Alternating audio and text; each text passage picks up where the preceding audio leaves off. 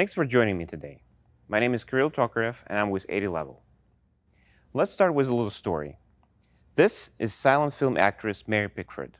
In 1916, she signed a huge contract with a studio that would eventually be known as Paramount. Pickford became the first star to earn $1 million and the first Hollywood celebrity to earn 50% of the gross revenue from the next 6 movies she would star in. This agreement between an employer and a creative talent was a game-changing moment for the entertainment industry.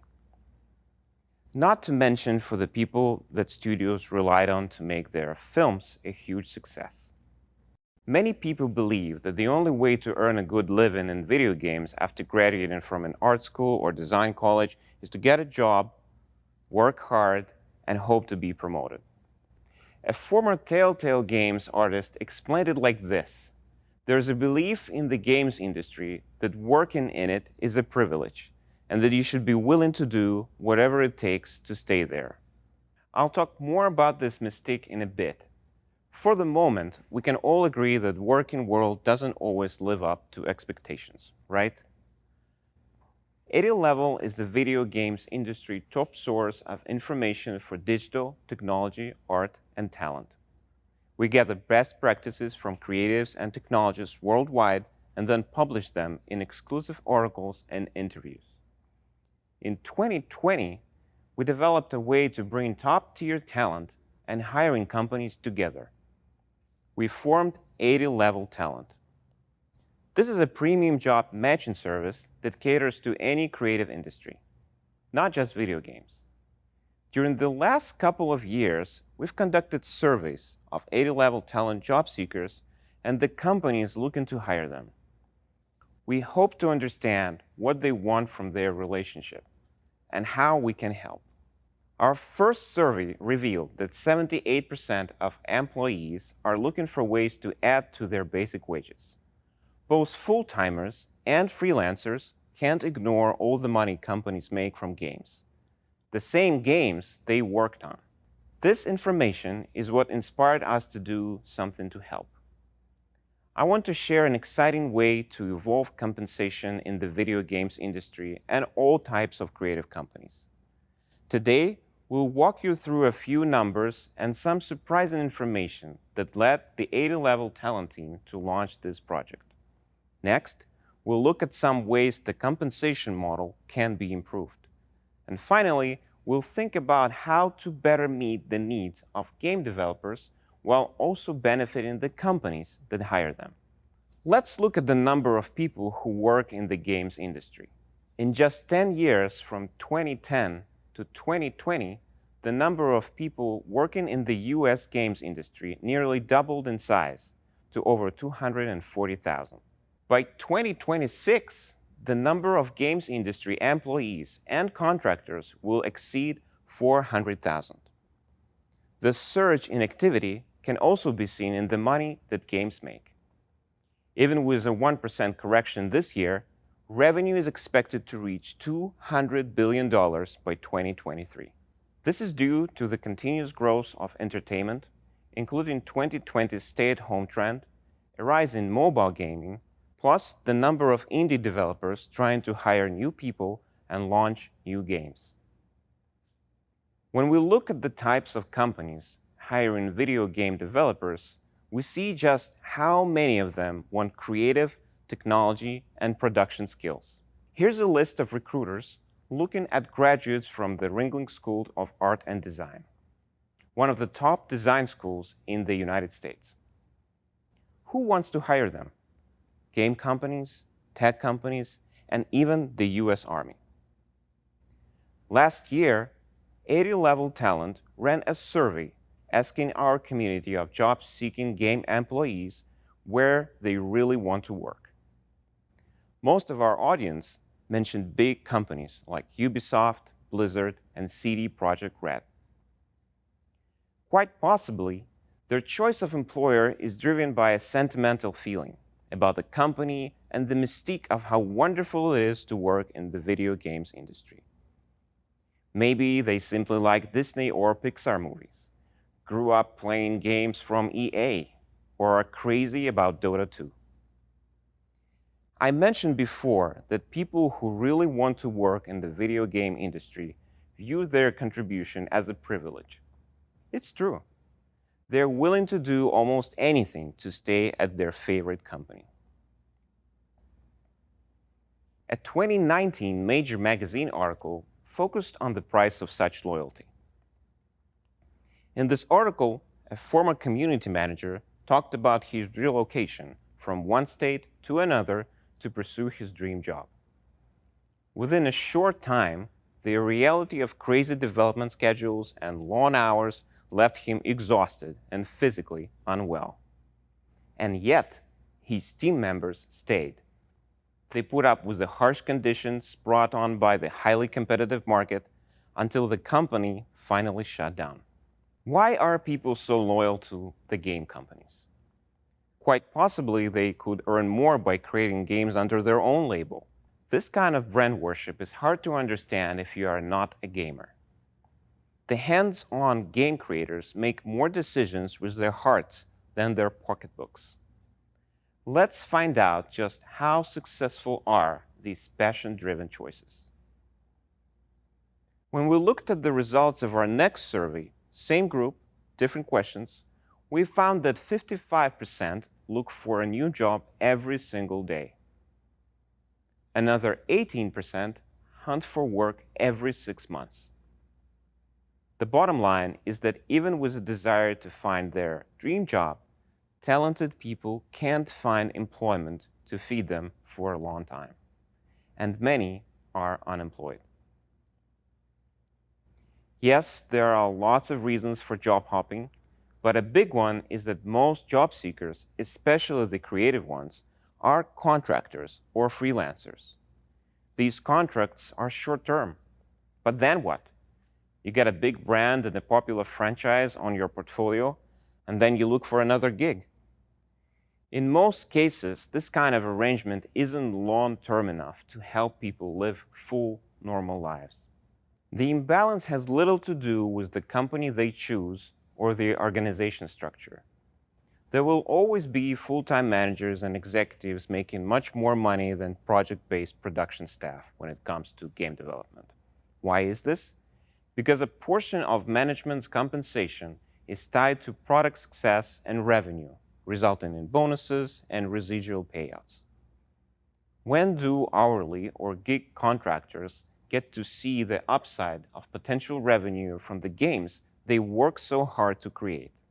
Some progressive companies try to adopt an unorthodox approach. A few years ago, every Motion Twin employee began receiving the exact same salary based on company profits. But for the rest of the industry, this rarely happens. And while this approach may work well for startups, it doesn't scale well. So, when small companies like Motion Twin hire more management and executives, paying everyone the same salary simply doesn't cut it. At this point, these companies often revert to more traditional compensation. Some people join companies because of health insurance, 401k, and other employee benefits. But they still don't earn enough to support themselves. So how do creative employees make money? Well, some run their own development projects. If they aren't creating games under their own brands, they start mentorship programs or launch teaching businesses. Evan Amundsen is a concept artist from Oslo, Norway, who freelances for big names like Character, Riot, and Guerrilla Games. Like most creatives these days, he's also an entrepreneur. Evan sells illustrations from his own fantasy world, he built a commerce site, and started a Patreon channel. His audience is made up of artists interested in learning his techniques. Material designer Daniel Thieger has been working for over 15 years for clients like Adobe, NVIDIA, and Bungie. Daniel augments his income from corporate clients by marketing step-by-step video tutorials for beginners. His tutorials walk viewers through the creation of a single material from the ground up.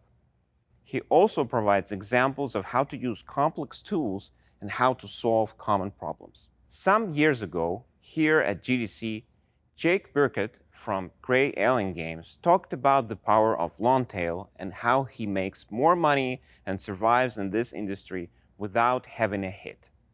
In Jake's graph, you can see how the income he gets from his own games compounds.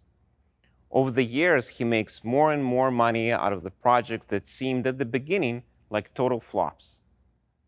On the other hand, the money he makes from contracting, the most common way to hire in the video game industry, earns him less and less as time goes on. His powerful takeaway is that developers do better by creating their own games.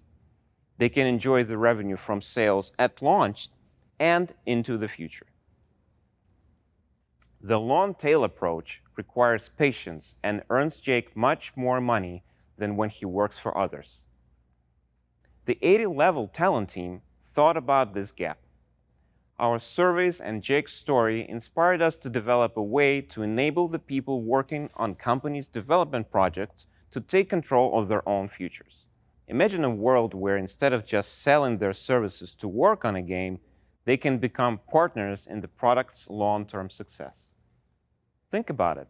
Consider what would happen if these creative people worked for companies who view artists' and coders' time and effort as a necessary piece of the game's success formula.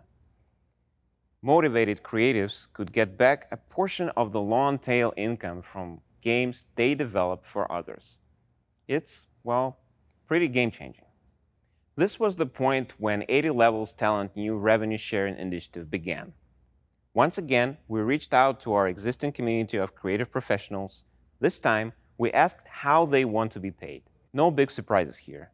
Most creatives said they want a salary. A few had cautionary stories about past experiences, and a huge 78% were open to the idea of revenue sharing. Most 80-level creative job seekers are excited about the idea of mixed salary plus equity. Turns out that the opportunity to benefit from the upside of the game's success is more than welcomed. It's not just about the money. To a game artist or producer who just spent 6 months contributing on a game's development, getting a small piece of the upside feels really good. Like their effort now has real value, tangible value, dollar value. They become partners in the game's success right from the project kickoff. At the same time, we talked with game development companies to see how open they are to the idea of the revenue share model. As expected, companies were, well, less than happy about offering revenue sharing in addition to salary. It makes sense when you think about it. For small companies with around 50 people or less, revenue sharing wasn't so appealing. But for companies with more than 50 employees, we saw a growing interest in the model. Of course, each company needs to weigh the benefits and the risks. But if revenue sharing is done the right way, a team's commitment to the game and the company's success goes through the roof. It gets better. The same companies were then presented with a hybrid model, where the equity replaced some percentage of wages. Now, the companies responded they were more open to considering revenue sharing. So what are the big takeaways? Creatives in the game industry welcome opportunities to earn a share of what they build. A hybrid compensation model of salary plus equity appeals to both game developers, publishers, and the people who work for them. Most importantly, when a company is willing to evolve its compensation model and offers employees additional pay for the successful game launch, they win. They greatly improve their chances of recruiting, hiring, and retaining eager, motivated professionals. Based on these surveys results, we joined forces with Xsolla to create a new system of compensation. One that genuinely empowers creative professionals in the games industry and beyond. We want to help creatives and technologists get a share of the long-term revenue. After all, without their special skills, the big hit games wouldn't exist at all. Xsolla and 80-level talent will conceive a next-gen compensation model and digital platform to address these issues. We imagine a model where we help employers share their financial upside. Think about the world where game developers are well compensated for the successful products they produce. In the early stage of this experiment, we'll focus only on companies selling their products exclusively with Xsolla solutions. Xsolla's insight into the partner's business operations will allow them to act as an intermediary and help ensure the employees and contractors get their share of the revenue. Basic economics teaches us that people make a greater effort when they receive financial rewards. The best candidates tend to gravitate towards professional opportunities where management connects bonuses with performance. Remember my little story about actress Mary Pickford and her groundbreaking contract to earn 50% of Paramount's revenue? In 2018, mobile game publisher Quali launched a profit-sharing plan. Once a quarter, they paid out a base percentage of their profits to every Quali employee. Over several years, Quali's equity model paid £1 million to 73 staff members. It's still going on. I know you're aware that revenue sharing as compensation is a progressive concept. Yes, there are still a lot of questions to answer and details to work out. Our hope is to make the idea more accessible and desirable, especially for companies and industries who are used to more traditional compensation models. If there is one thing I want you to take away today, it's this. When you're having your next HR meeting or talking with a company who wants to hire you, ask them if they work with Xsolla. If they do, you'll now stand a better chance of getting a bigger piece of the game's success. We absolutely want to talk with you to find out what you think and to answer your questions. Thanks for spending time with me today. I'm Kirill Tokarev from 80 Level. I look forward to sharing more news about this initiative with you soon.